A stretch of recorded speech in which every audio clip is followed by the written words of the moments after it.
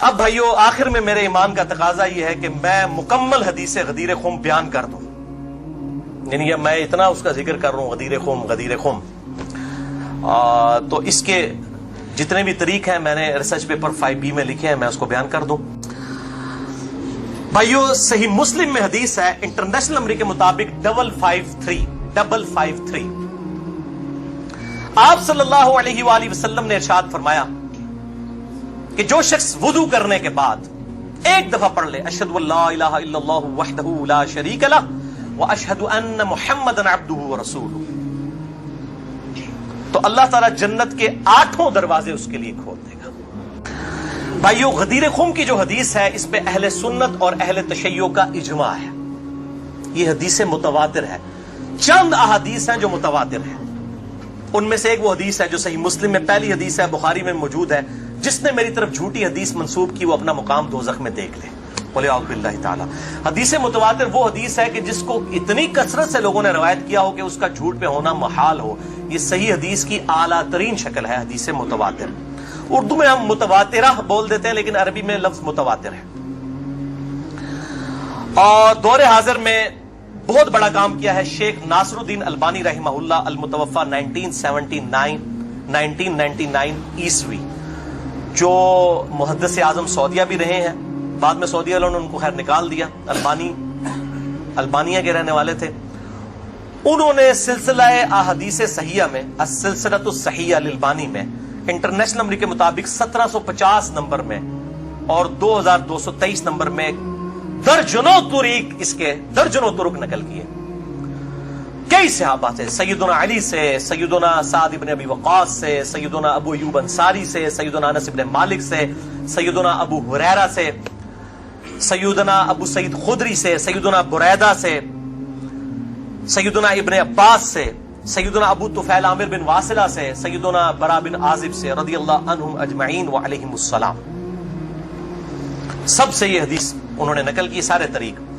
اور شیخ زبیر لیزئی رحمہ اللہ نے مشکات المصابیح کی تحکیم کے دوران انٹرنیشنل نمبر کے مطابق 6091 نمبر حدیث کے فٹ نوٹ پہ لکھا کہ یہ حدیث متواتر ہے، غدیر خم کی حدیث۔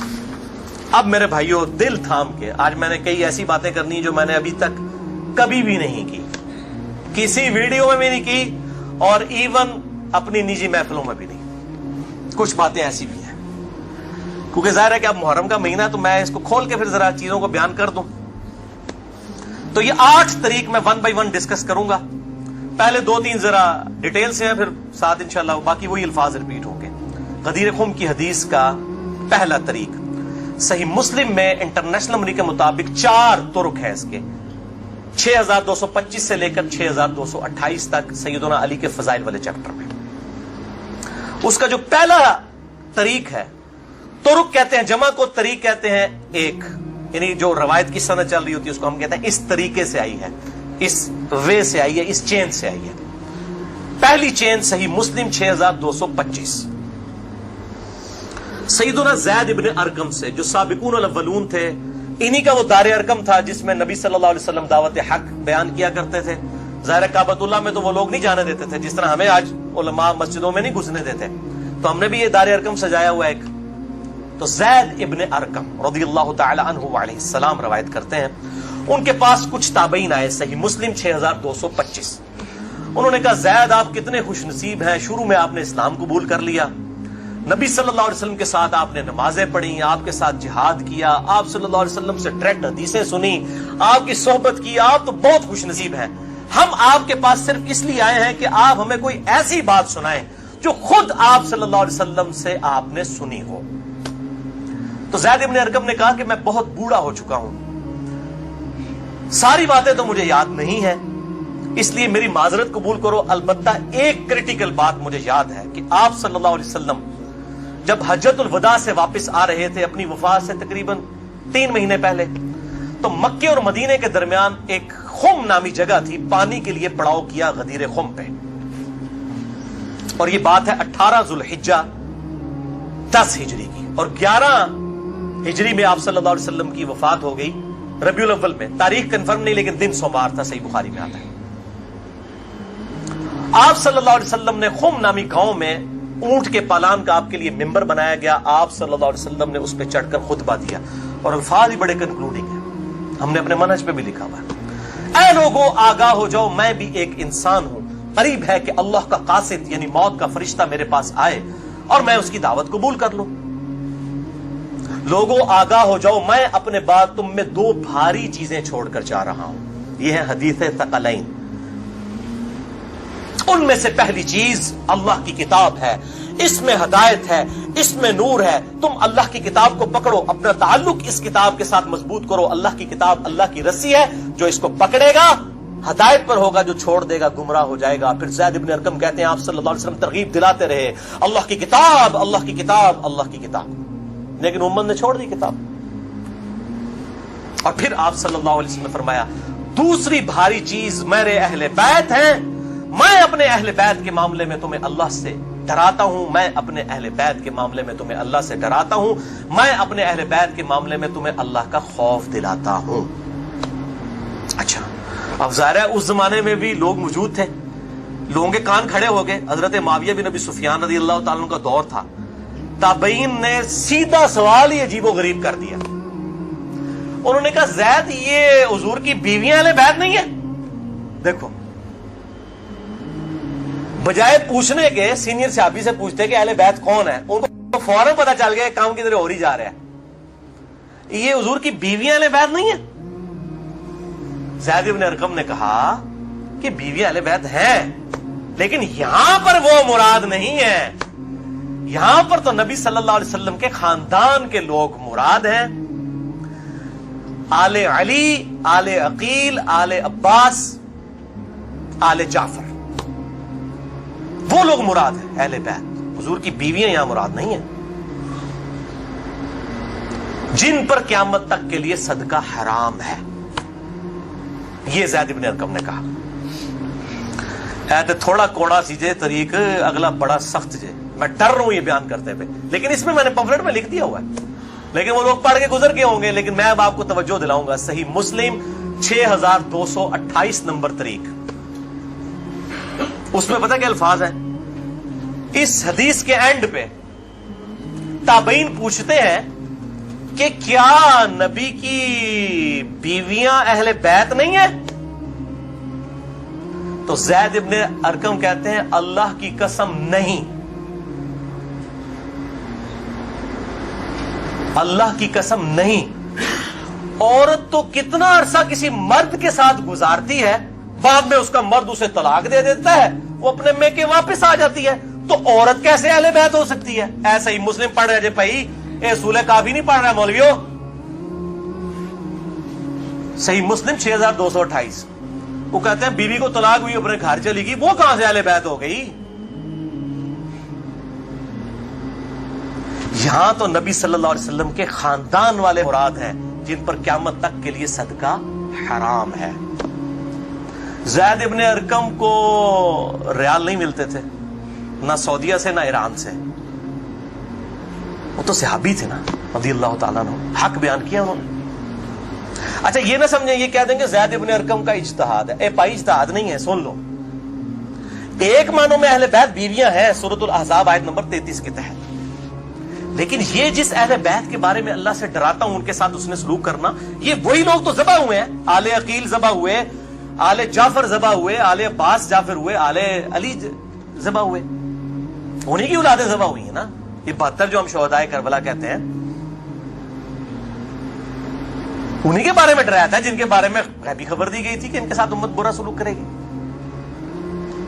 اچھا یہ زید ابن ارقم کا اجتہاد نہیں ہے میرے بھائیوں. اس کی سپورٹ میں صحیح مسلم سے 2 مرفوع حدیثیں اپنے محبوب صلی اللہ علیہ وسلم کی حدیثیں بیان کرتا ہوں. سنیں پہلی حدیث انٹرنیشنل نمبر کے مطابق صحیح مسلم میں 6261 نمبر. اما عائشہ رضی اللہ تعالی عنہا وعلیہ السلام خود روایت کر رہی ہیں کہ ایک دن نبی صلی اللہ علیہ وسلم اس حال میں برآمد ہوئے کہ آپ صلی اللہ علیہ وسلم نے ایک کالے رنگ کی چادر اوڑھی ہوئی تھی جس پہ نقش و نگار بنے ہوئے تھے جیسا کہ اونٹ کے کجاووں کے ہوتے ہیں. کالے رنگ کی منقش چادر اوڑھی ہوئی تھی. اتنے میں سیدنا حسن آئے, آپ صلی اللہ علیہ وسلم نے ان کو اپنی چادر کے نیچے لے لیا. پھر سیدنا حسین آئے، ان کو اپنی چادر کے نیچے لے لیا، پھر سیدہ فاطمہ آئی، ان کو اپنی چادر کے نیچے لے لیا، پھر سیدنا علی آئے، ان کو بھی اپنی چادر کے نیچے، ان چاروں کو لیا، اور پانچویں خود، جس سے 5 تن پاک کا ہم کانسیپٹ لیتے ہیں، 5 اس چادر کے نیچے لیا۔ سیدہ عائشہ کو نہیں لیا، پوائنٹ ٹو بی نوٹڈ، وہ راوی ہیں، وہ دیکھ نہیں ہے منظر، اور اما عائشہ دیکھ لیں کتنی منصف مزاج تھی، انہوں نے یہ روایت بیان کر دی، ورنہ کسی درجے میں اپنے بارے میں بھی سوچ سکتی تھی کہ مجھے نہیں لیا گیا، لوگ کل کو سوال کریں گے کہ آپ کو کیوں نہیں لیا گیا، آپ اہل بیت نہیں تھیں، یقیناً تھی، لیکن یہ والا معاملہ جو ہے وہ ایکسٹرا آرڈنری ہے، اسپیشل پروٹوکول ہے۔ چادر کے نیچے لیا، پھر آپ صلی اللہ علیہ وسلم نے سورۃ الاحزاب کی آیت نمبر 33 پڑھی، انما یرید اللہ لیذھب عنکم الرجس اہل البیت ویطہرکم تطہیرا۔ اے نبی کے گھر والو، اللہ تو صرف یہی چاہتا ہے کہ ہر طرح کی ناپاکی تم سے دور کر دے اور تمہیں خوب صاف ستھرا کر دے۔ راویہ اما عائشہ ہیں، خود چادر کے نیچے نہیں ہیں، علی، حسن، حسین اور سیدنا علی ہیں، سیدہ فاطمہ ہیں، اور نبی صلی اللہ علیہ وسلم 5ویں خود۔ تو زید ابن ارقم نے کوئی غلط بات نہیں کی ہے، ان کو یہ حدیثیں پتہ تھیں۔ اور دوسری حدیث صحیح مسلم سے ہی، انٹرنیشنل نمبر کے مطابق 6220 نمبر۔ یہ بڑی لمبی حدیث ہے، میرا ٹاپک کسی دوسری طرف چلا جائے گا اور کچھ بڑھ جانا ہے، چونکہ میں اس کو لکھ چکا ہوں ان 150 روایتوں والے 72 والے احادیث والے، لہذا میں اس کا ایک پورشن بیان کرنے لگا ہوں۔ باقی جسے شوق ہو تو وہ پڑھ لے، اس کے اندر میں نے لکھا ہے اس کا پورا طریقہ، ورنہ معاملہ کہیں سے اور ہی نکل جانا ہے، پھر سب و شتم والا ایشو ڈسکس ہو جانا ہے، حضرت معاویہ کے دور میں جو سیدنا علی کے پر لعنت ہوتی تھی، وہ والا ٹاپک اس میں ڈسکس ہو جانا ہے، اس لیے میں اس حدیث کا آخری جز بیان کر رہا ہوں کہ سیدنا سعد ابن ابی وقاص رضی اللہ تعالیٰ عنہ کہتے ہیں کہ جب آیت مباہلہ نازل ہوئی نجران کے عیسائیوں کے ساتھ، نبی صلی اللہ علیہ وسلم کی 1-to-1 ڈیبیٹ ہوئی، اینڈ پہ ہوا کہ ٹھیک ہے مباہلہ کرتے ہیں، کون حق ہے کون باطل ہے۔ سورہ ال عمران آیت نمبر 61 نازل ہوئی، فَقُلْ تَعَالَوْا نَدْعُوا أَبْنَاءَنَا وَأَبْنَاءَكُمْ وَأَنفُسَنَا وَأَنفُسَكُمْ وَنِسَاءَنَا وَنِسَاءَكُمْ وَأَنفُسَنَا وَأَنفُسَكُمْ، کہ نبی صلی اللہ علیہ وسلم کو کہا گیا کہ ان کو کہو اپنے بیٹوں کو لے آؤ، ہم بھی اپنے بیٹوں کو لے آتے ہیں، تم بھی اپنی عورتوں کو لے آؤ، ہم بھی اپنی عورتوں کو لے آتے ہیں، تم خود بھی آ جاؤ، ہم خود بھی آ جاتے ہیں، پھر اللہ کے حضور اوپن میدان میں دعا کرتے ہیں، جھوٹے پہ اللہ کی لعنت، اس کو مباہلہ کہتے ہیں، لیکن نہیں آئے۔ سعد ابن ابی وقاص کہتے ہیں کہ نبی صلی اللہ علیہ وسلم، قرآن میں کیا حکم آیا تھا؟ اپنے بیٹوں کو لے کر آؤ، تو کس کو لے کے آئے؟ سیدنا حسن، سیدنا حسین، سیدنا علی، اور ساتھ کیا تھا؟ اپنی عورتوں کو لے کر آؤ۔ نبی صلی اللہ علیہ وسلم کی عورت کون تھی؟ سیدہ عائشہ، سیدہ حفصہ، باقی امہات المومنین، لیکن ان کو نہیں لائے، سیدہ فاطمہ کو لے کر آئے، پوائنٹ ٹو بی نوٹڈ، نازبیوں کے لیے پھکی۔ اگر آپ کو کہے اپنے گھر کی عورتوں کو لے آؤ تو سب سے پہلے بیوی لائی جاتی ہے، آیت مباہلہ میں بیوی نہیں آئی، سیدہ فاطمہ آئی ہیں۔ اگلی گلا آپ سمجھ جاؤ بھائی زید ابن ارقم نے کیوں کہا، صحیح مسلم 6228، کہ بیوی تو خاوند کے ساتھ کافی عرصہ گزارتی ہے، جب طلاق ہو جائے تو وہ اپنے میکے واپس چلی جائے۔ حالانکہ نبی صلی اللہ علیہ وسلم نے کسی کو نہیں دی طلاق، لیکن اتنی ننگی بات اس لیے ان کو کرنی پڑی، اتنی سخت بات، تاکہ حق کھل کے بیان ہو۔ اور نبی صلی اللہ علیہ وسلم نے بھی، آپ دیکھ لیں قرآن میں حکم تھا عورتوں کو لے کر آؤ، بیویاں نہیں لے کے آئے، سیدہ فاطمہ کو ساتھ لے کے آئے۔ یہاں سے بھی 5 تن پاک والا کانسیپٹ، یہ پاک والا وہ معصومیت والا عقیدے کی میں بات نہیں کر رہا، اہل سنت کا جو عقیدہ ہے، منہج ہے، اس کی بات کر رہا ہوں۔ لہٰذا سیدنا زید ابن ارقم رضی اللہ تعالیٰ عنہ کی تشریح بالکل درست ہے۔ تیسرا طریق، امام ابن ابی عاصم کی کتاب السنہ 1158 نمبر حدیث ہے، سیدنا علی رضی اللہ تعالیٰ عنہ خود راوی ہیں کہ غدیر خم پہ آپ صلی اللہ علیہ وسلم نے صحابہ کو جمع کر کے کہا کہ اے میرے صحابہ، کیا تم اللہ کو رب مانتے ہو، مجھے اپنا پیغمبر مانتے ہو؟ سب نے کہا بلا یا رسول اللہ، کیوں نہیں۔ پھر کہا کیا تم اللہ اور اس کے رسول کو سب لوگوں سے بڑھ کر معبود سمجھتے ہو؟ انہوں نے کہا کیوں نہیں۔ پھر آپ صلی اللہ علیہ وآلہ وسلم نے فرمایا کہ پھر اگر تم مجھے اور اللہ کو محبوب رکھتے ہو، پھر فرمایا من کنت مولاہ فہذا علی مولاہ، پھر جس کا مولا میں، اس کا مولا علی، جگری یار۔ مولا کا مطلب جگری یار، جس نے سورہ التحریم کی آیت نمبر 4 میں آیا ان اللہ ہوا مولاہ وجبریل وصالح المؤمنین، اللہ کے نبی کا مولا ہے جبریل، فرشتے اور تمام صالح مومنین مولا ہیں. نبی صلی اللہ علیہ وسلم ان کے مولا ہیں, وہ ان کے دلی محبوب ہیں. ہم اپنے مولویوں کو بھی مولانا کہہ رہے ہوتے ہیں نا, دلی محبوب مشکل کچھ آگے مانا نہیں ہوتا, دلی محبوب, جگری یار, بیسٹ فرینڈ. چوتھا طریق سنن نسائی الکبریٰ میں انٹرنیشنل نمبر کے مطابق 8478, سیدنا ابو طفیل عامر بن واصلہ رضی اللہ تعالیٰ عنہ. یہ وہ صحابی ہیں جو سب سے آخر میں فوت ہوئے ہیں 110 ہجری میں. نبی صلی اللہ علیہ وسلم کی وفات کے بعد 100 سال تک زندہ رہے ہیں. یہ ابو طفیل عامر بن واصلہ جنگ جمل صفین نہروان میں سیدنا علی کے ساتھ رہے ہیں. کدھر 37 ہجری میں جا کے جنگ جمل صفین ہو رہی ہے اور کدھر 110 ہجری میں یہ فوت ہوئے ہیں. اور ان کی حدیثیں نبی صلی اللہ علیہ وسلم سے بھی روایت ہیں اور سیدنا علی سے بھی انہوں نے کئی حدیثیں روایت کی ہیں. وہ کہتے ہیں کہ کھلے میدان میں سیدنا علی رضی اللہ تعالیٰ عنہ نے, یہ صفین کا ہی موقع تھا, پبلک کو جمع کیا, اپنے ماننے والوں کو جو ساتھ تھے, شیعان علی, شیعہ کا مطلب ہے گروہ کے بندے. تو پھر ان سے وہ حدیث بیان کی کہ ذرا مجھے بتاؤ نا کہ تم لوگوں نے نبی صلی اللہ علیہ وسلم سے یہ حدیث سنی تھی, کہ کئی لوگ گواہی کے لیے کھڑے ہو گئے. پھر وہ پوری حدیث بیان کی جو آپ صلی اللہ علیہ وسلم فرمایا, النبی اولا بالمؤمنین من انفسہم, نبی صلی اللہ علیہ وسلم مومنین کی جانوں پر ان کی جانوں سے بڑھ کر حق رکھتے ہیں, اور نبی کی بیویاں امت کی مائیں ہیں. اس آیت کے تحت اے صحابہ کرام, اے میرے امتیوں, کیا تم مجھے سب سے بڑھ کر محبوب رکھتے ہو؟ سب نے کہا بلا یا رسول اللہ. پھر آپ صلی اللہ علیہ وسلم نے مولا علی کا ہاتھ پکڑا, یوں بلند کیا صحابہ میں اور کہا, من کنت مولاہ فہذا علی مولاہ, پھر جس کا جگری یار میں, اس کا جگری یار علی بھی ہونے چاہیے, ہاتھ پکڑ کر. اچھا, ابو طفیل عامر بن واصلہ کہتے ہیں یہ حدیث جب میں نے سیدنا علی سے سنی تو میں ہل گیا. میرے دل میں قلق تھا کہ نبی صلی اللہ علیہ وسلم نے اتنی بڑی بات کی حضرت علی کے بارے میں, اور صحابہ اکرام نے رضوان نے گواہی دی. اس میں آگے الفاظ یہ موجود ہیں کہ اس میں ہی الفاظ موجود ہے کہ آپ صلی اللہ علیہ وسلم نے اسی حالت میں کہا, اے اللہ جو علی سے محبت رکھے اس سے محبت رکھ, جو علی سے دشمنی رکھے اس سے تو بھی دشمنی رکھ. یہ بہت بڑی بات ہے. ابو طفیل کہتے ہیں میں نے کہا یہ حدیث, میں کہتے ہیں میں باہر نکلا, میں نے کہا سب سے سینئر صحابی شروع کے مسلمان ہیں زید ابن ارقم. وہ پہلے تیار بیٹھے ہیں زید ابن ارقم, وہ تو بھولے گا نہیں زید ابن ارقم کون ہے. تو ہم جماعت اسلامی دے سکول بھی نہیں دار ارقم بولن گے, تو دار ارقم انہی کے نام پہ رکھے ہوئے ہیں, کیونکہ دار ارقم سب سے پہلا گھر تھا جہاں نبی صلی اللہ علیہ وسلم دعوت توحید کیا کرتے تھے.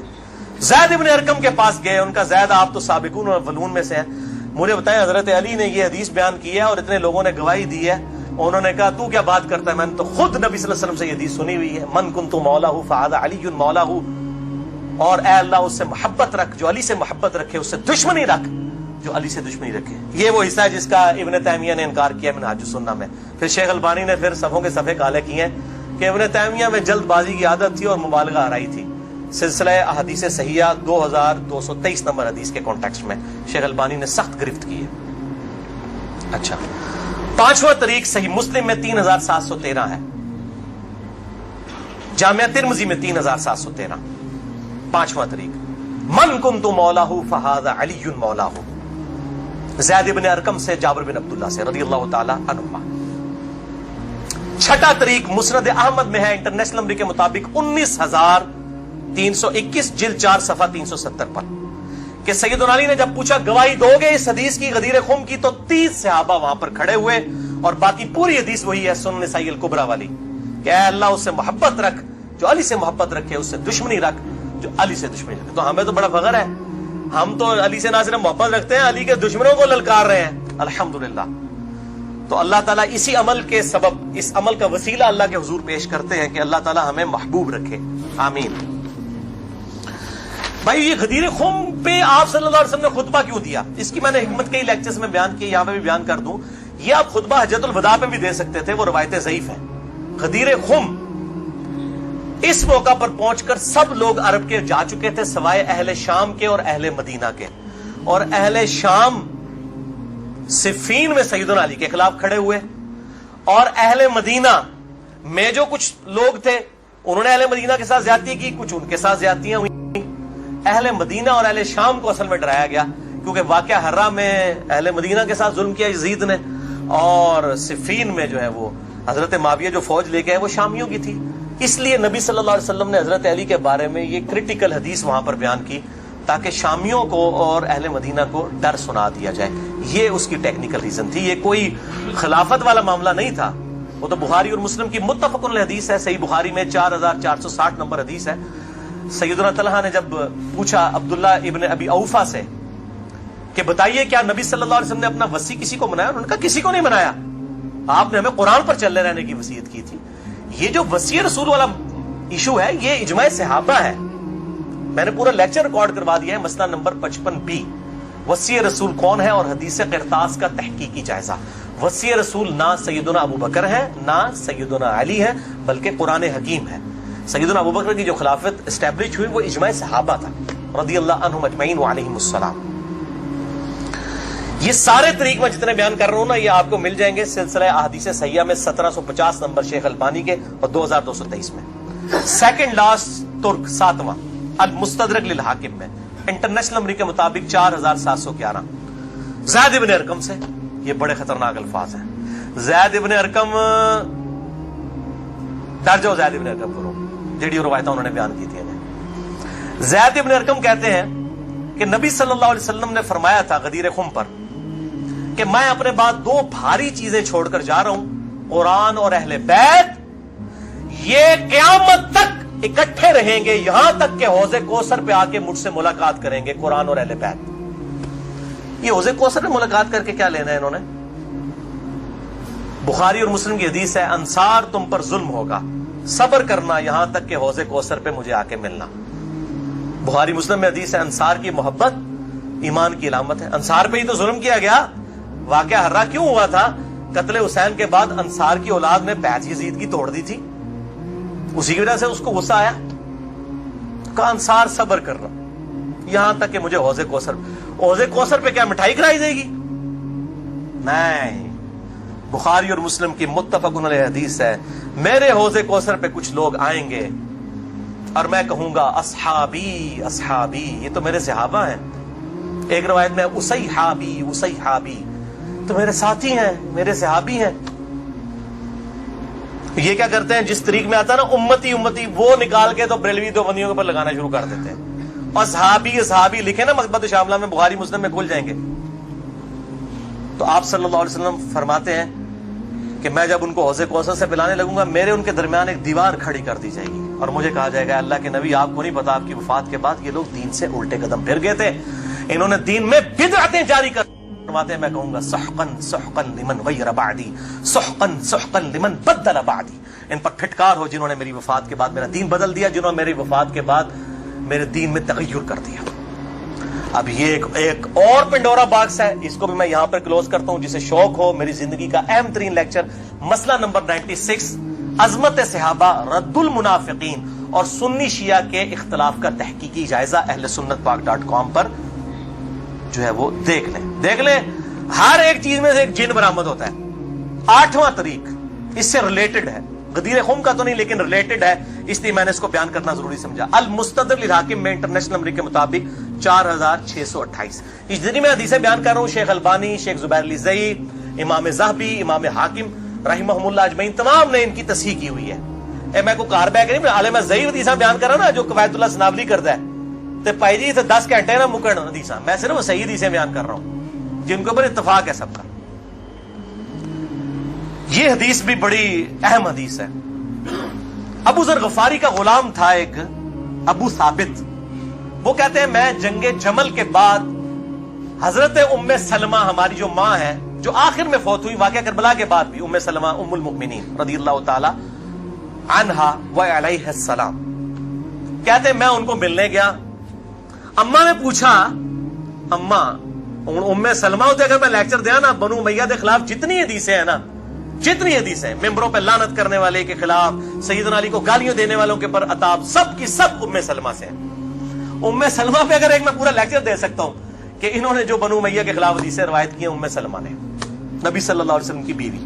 ایک وہ بریلوی دیوبندی اہل حدیث شیعہ نہیں تھی بھائی، نبی صلی اللہ علیہ وسلم کی بیوی تھی. یہاں پر بھی ام سلمہ کو وہ تابعی کہتا ہے میں تو جمل سے آیا ہوں. تو انہوں نے پوچھا کہ بتائیے جنگ جمل میں کیا حال ہوا؟ ان کا اماں میں جنگ جمل میں جو ہے وہ سیدنا علی کا ساتھی تھا. اچھا کہتے ہیں لیکن صبح کے وقت جب میں نے اپنے مخالف لشکر میں سیدہ عائشہ کو دیکھا تو میرا دل ڈولنے لگ پڑا کہ یہ ٹھیک ہے یا وہ. حالانکہ وہ تو کتنی حدیثیں ہیں کہ میری ایک بیوی پہ ہوپ کے کتے بھونکیں گے. حدیث ہوپ پہ پورا باب شیخ البانی نے باندھ دیا. میں نے 72 حدیثوں میں نقل کیا سیدہ عائشہ پہ کتے بھونکے, اس کے بعد پوری زندگی روتی تھی. وہ تو ابن زبیر ان کو آگے لے گئے, اس کے بعد سیدنا علی نے ان کو معاف بھی کیا, اور ایک الگ سے ایک ٹاپک ہے, مسئلہ 101 میرا دیکھ لیں. بہرحال سیدہ عائشہ رضی اللہ تعالیٰ عنہ کو دیکھا, دل ڈگمگا گیا. کہتے ہیں پھر میں نے جب ظہر کی نماز پڑھی تو اللہ نے میرے دل کو مضبوط کر دیا کہ نہیں علی حق پر ہے. تو ہم نے جنگ کی, اور ظاہر ہے وہ تو کلین سویپ ہوا, سیدنا علی جنگ جیت گئے. تو ام سلمہ نے پتہ کیا کہا, انہوں نے یہ نہیں کہا کہ یہ مشاجرات صحابہ مجھ سے کیوں ڈسکس کر رہے ہو, دو ہی ٹھیک نے. انہوں نے کہا ابو ثابت تو نے بڑا ہی اچھا کام کیا, میں حضور کی بیوی ہوں, میں نے خود نبی صلی اللہ علیہ وسلم سے یہ بات سنی تھی کہ قرآن اور علی یہ قیامت تک ساتھ رہیں گے یہاں تک کہ یہ مجھے حوض کوثر پہ آ کر ملے. اس سے مراد نہیں کہ حضرت علی زندہ رہیں گے, مراد یہ ہے کہ علی کا جو سٹانس ہے اور قرآن یہ ساتھ ہے, دونوں علی اور قرآن ساتھ رہیں گے یہاں تک کہ حوض کوثر پہ آ کے مجھے ملے. اوتھے نازمیہ دی لگے گی پھینٹی, حوض کوثر سے تب ملن گے تو پھر یہی کچھ ہوئے گا نا, سحقن سحقن لبن غیر بعدی, وہاں پہ یہ ہوگا. اچھا تو یہ الحمدللہ سارے طریق مکمل ہوئے. آخر میں 3 حدیثیں بیان کر کے اس کو کنکلوڈ کرتا ہوں. المستدرک الحاکم میں صحیح سند کے ساتھ 4717 نمبر حدیث ہے. ایک طریق شیخ البانی شیخ زبیر لیزئی دونوں نے صحیح کہا, امام حاکم امام ذابی نے موافقت کی کہ آپ صلی اللہ علیہ وسلم نے فرمایا اللہ کی قسم ہم اہل بیت کے ساتھ جو بغض رکھے گا اللہ تعالیٰ اسے ضرور دوزخ میں داخل کرے گا. کہتے نہیں یزید کا معاملہ اللہ پہ چھوڑیں, امام ذہبی نے لکھا ہے کہ سب سے بڑا ناسبی یزید تھا, اللہ پہ چھوڑیں. بغض نہیں تھا, جو ممبروں پر لعنت کرواتے تھے بغض نہیں تھا. یہ پتہ نہیں کیڑی ایکویشن ہے, تو جھوٹا دفاع کرتے ہیں بنو امیہ کا. اور اسی کا طریق ہے 4712 نمبر اور سلسلہ حدیث صحیحہ میں 2488 شیخ البانی لے کر آئے ہیں. یہ بہت خطرناک ہے. آپ صلی اللہ علیہ وسلم فرمایا اگر کوئی شخص پوری زندگی حجر اسود اور مقام ابراہیم کے درمیان نمازیں پڑھتا رہے اور روزانہ روزہ رکھے اور اس حال میں مرے کہ اس کے دل میں بغض اہل بیت ہے, اللہ کی قسم ضرور دوزخ میں ڈال دیا جائے گا. وہ تو ہڈیاں روائی جانا کس کام دیا نے بھائی, تو ہڈیاں پکڑیاں کس کام دیا نے. اگر بغض اہل بیت ہے, باڑ میں گیا سعودیہ کا پیسہ, باڑ میں گیا ایران کا پیسہ, اپنی آخرت کی فکر کرو کہ نا خوش کر دے گو تسی اللہ دے بندے ہو, ایا کرو. دوسری حدیث امیر المؤمنین سیدنا ابو بکر الصدیق رضی اللہ تعالیٰ عنہ علیہ السلام کا قول صحیح بخاری میں حضرت حسین والے چیپٹر میں ہے, نبی صلی اللہ علیہ وسلم کی بیویوں والے چیپٹر میں نہیں ہے. امام بخاری نو پتا سی کہ اہل بیت کون ہے, اسپیشل اہل بیت کون ہے اور یوزول اہل بیت کون ہے. امام بخاری حضرت حسین والے چیپٹر میں اس کو لے گئے ہیں. 3751 سیدنا ابو بکر صدیق رضی اللہ تعالیٰ عنہ علیہ السلام کہتے ہیں کہ محمد صلی اللہ علیہ وسلم کی محبت کو اہل بیت کی محبت میں تلاش کرو. یہ ابو بکر صدیق کا فتویٰ ہے, رفع دین میں تلاش نہ کرو. محمد صلی اللہ علیہ وسلم کی محبت کو اہل بیت کی محبت میں تلاش کرو, اور اہل بیت کو حضرت حسین والے چیپٹر میں لے کے آئے 3751. اور آخری حدیث صحیح مسلم میں, وہ ریپیٹ کر لیں, 240 نمبر کتاب الایمان میں سیدنا علی کہتے ہیں اس اللہ کی قسم کہ جس نے دانے کو پھاڑ کر اس میں سے اناج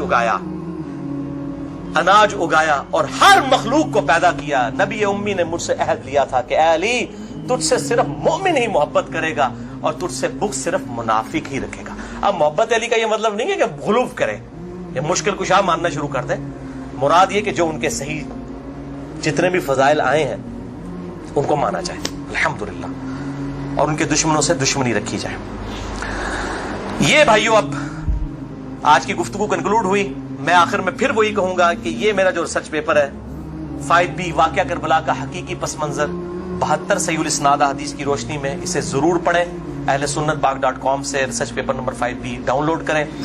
میں اپنی گفتگو کا اختتام کروں گا امام محمد بن ادریس الشافعی المتوفی 204 ہجری کے اس مشہور شعر پر جو ان کے دیوان الشافعی میں چھپا ہوا ہے. کسی مولوی کی سند کی ضرورت نہیں, ان کی اپنی کتاب ہے دیوان الشافعی.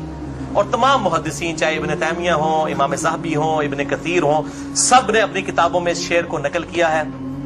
چونکہ میرے پہ بھی فتویٰ لگنا ہے تو میں بتاؤں کہ میں کوئی اکیلا نہیں ہوں, ہمارے بزرگوں پہ ان کے بزرگوں نے فتوے لگائے ہیں. امام شافعی سے بڑا کوئی اہل سنت کا امام نہیں ہے.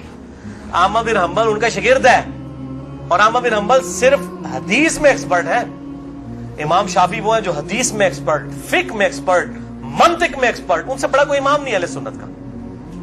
اور امام بخاری ان کے پوتا شاگرد, امام ترمذی ان کے پڑپوتا شاگرد, اور خود امام مالک رحمہ اللہ علیہ السلام کے شاگرد ہیں. دیوان الشافعی میں ان کا شعر ہے ان کان رفضا حب آل محمد صلی اللہ علیہ وآلہ وسلم. اگر آل محمد کی محبت کا نام تم کہتے ہو رافضی ہونا ہے, شیعہ بھی نہیں رافضی, فلیشہد الثقلان انی رافضی. تو جنوں انس گواہ ہو جاؤ, اے بریلویو, دیوبندیو, اہل حدیث, شیعہ, سب کے سب, چاہے جنوں میں ہو چاہے انسانوں میں ہو, من الجنتی والناس, وہ والا بھی من الجنتی والناس, گواہ ہو جاؤ. فلیشہد الثقلان انی رافضی, ہاں میں پھر رافضی ہوں, میرے رافضی ہونے پر گواہ ہو جاؤ. یہ امام شافعی کا جو ہے شعر ہے. اس پہ میں نے گفتگو کنکلوڈ کی, باقی آپ اس میں دیکھیں. اللہ تعالیٰ سے دعا ہے جو حق بات میں نے کہی اللہ تعالیٰ ہمارے دلوں میں راسخ فرمائے. اگر جس بات میں میرے منہ سے کوئی بات نکل گئی تو اللہ تعالیٰ ہمارے دلوں سے محو کر دے. اللہ تعالیٰ ہمیں کتاب و سنت کی تعلیمات پر عمل کر کے دوسرے بھائیوں تک پہنچانے کی توفیق عطا فرمائے. سبحانک اللہم و بحمدک, اشہد ان لا الہ الا انت, استغفرک و اتوب الیک, وما علینا الا البلاغ المبین.